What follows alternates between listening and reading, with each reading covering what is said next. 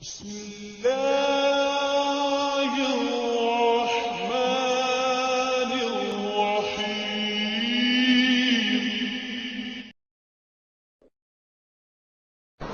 یہ تمام مسلمانوں میں متفقہ فیصلہ کہ حضور علیہ السلام کی شان میں گالی گستاخی تو بہت بڑا گناہ، کوئی گھٹیا قسم کا صیغہ بھی اگر استعمال کرے تو دائرہ اسلام سے خارج ہو جائے گا۔ وہ سنیے چھوٹا جملہ کیا ہے کہ جس کو گستاخی قرار دیا گیا، یہ جو چپل ہے اس کو ہم چپل کہتے ہیں، عربی میں اس کو کہتے ہیں نعلین۔ ہم چپل کی تصغیر جیسے ہم کہتے ہیں کسی کو حقارت میں، میاں اپنی جوتڑیاں سنبھالو، ایک تو ہے نا جوتا، یہ تصغیر کا لفظ ہے، میاں سنبھالو اپنی جوتڑیاں، تو اس کی تصغیر ہے عربی میں نعل کی نوعیل۔ تو قاضی ایاز فرماتے ہیں شفا شریف کہ کوئی شخص حضور کے نال کو توہین آمیز لہجے میں نوعیل کہہ دے، جیسے جوتے کو جوتڑیاں کہہ دے، ایسا شخص بھی دائرہ اسلام سے خارج ہو جائے گا۔ تو کتنا ادب حضور علیہ السلام، تمام امت اس پر متفق ہے۔ فتاوی رضویہ چھٹی جلد صفحہ نمبر 127 یہ بحث شروع ہو کر 130 پر ختم ہوتی ہے، جس میں یہ کہا گیا کہ گستاخ رسول کی سزا سوائے موت کے کوئی نہیں، کچھ بھی ہو موت۔ بعض لوگوں نے کہا، اس کو لوگ سمجھ نہیں پائے کہ گستاخ رسول کی توبہ ہے۔ توبہ کا مطلب کیا ہے؟ بھئی وہ توبہ کر لے کیا اس کو چھوڑ دیا جائے گا؟ یہ دیکھیں، حضور کی شان میں گستاخی کرے، ایک اس کا خاص نقطہ ذہن میں رہے تو معاف کرنے کا اختیار بھی حضور ہی کو ہے یا ہمیں؟ ایک آدمی ہمارا بیپاری کسی کا 2 لاکھ روپے لے کر کے بھاگ جائے اور بھاگنے کے بعد وہ بیپاری مجھے ملے، میں کہوں گا یہ آدمی ہمارے بازار کا تھا، ہم نے آپ کو معاف کر دیا، میں معاف کر سکتا ہوں؟ یہ تو حقوق العباد ہے، تو یہ تو معاف نہیں ہوگا۔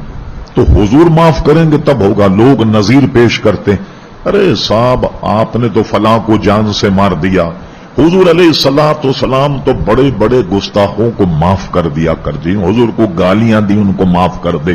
یہ دیکھیے حضور پر آپ کی چچی جو ہے ابو لہب کی بیوی، وہ کچرا پھینکتی، آپ نے اسے بھی معاف کر دیا۔ یہ حدیثیں تو آپ نے سن لی، یہ دوسری حدیث آپ کو نظر نہیں آئی؟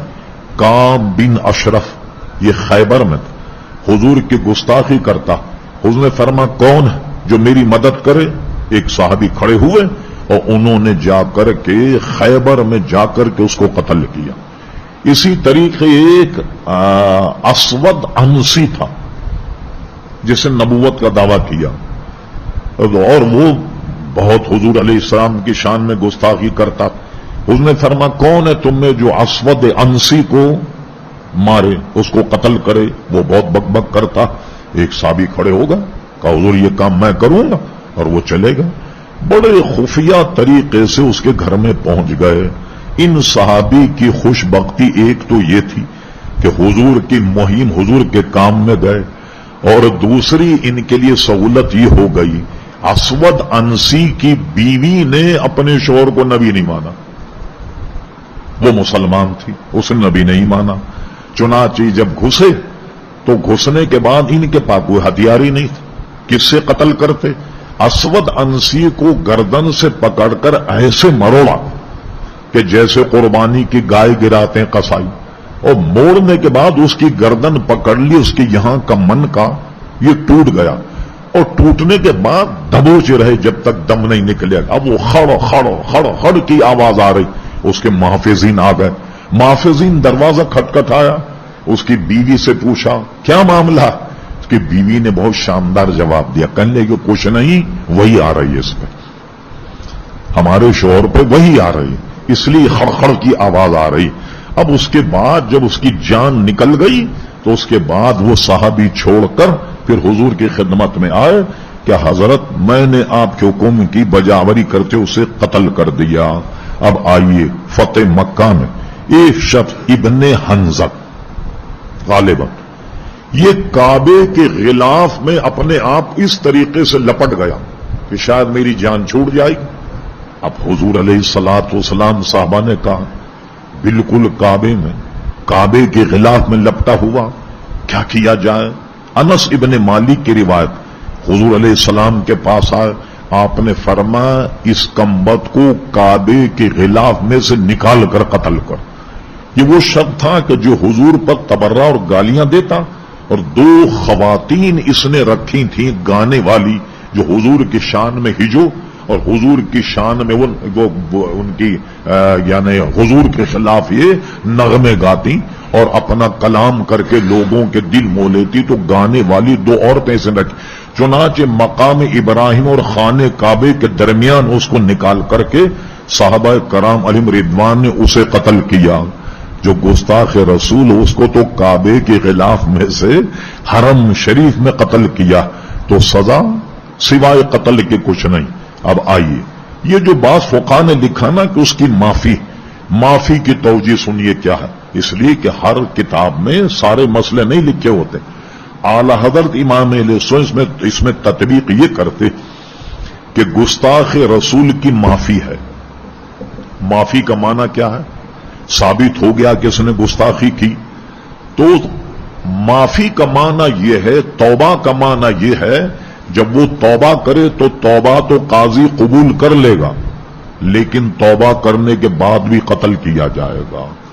اسی یہ حق تو قاضی کا ہی نہیں کہ اس کو معاف کرے، توبہ قبول ہو گئی، ٹھیک ہے، اللہ تعالیٰ توبہ قبول کرنے میں توبہ قبول ہو گئی، مگر قتل کیا جائے گا۔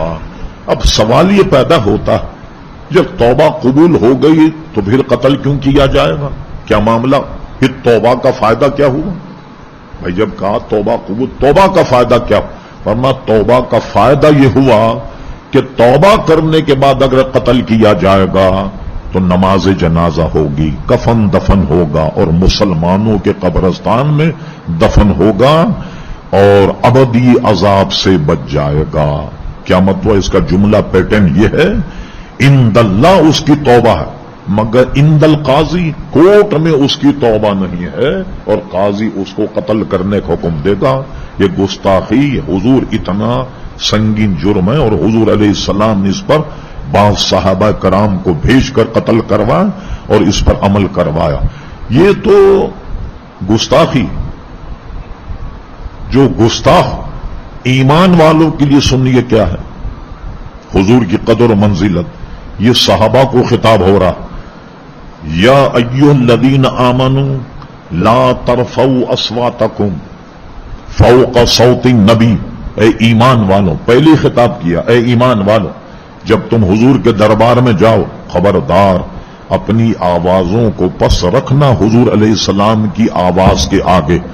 اور کہیں ایسا ہوا کہ تمہاری آواز حضور کی آواز پر سبقت لے گئی، پھر جانتے ہو کیا ہوگا، یا ایھا الذین آمنوا لا ترفعوا اصواتکم فوق صوت النبی ولا تجہروا لہ بالقول کجہر بعضکم لبعض، اور تم نے ایسی گفتگو کی جیسا کہ بعض لوگ بعض سے گفتگو کرتے، کبھی تمہاری آواز بلند ہو گئی، کبھی اس کی آواز بلند ہو گئی۔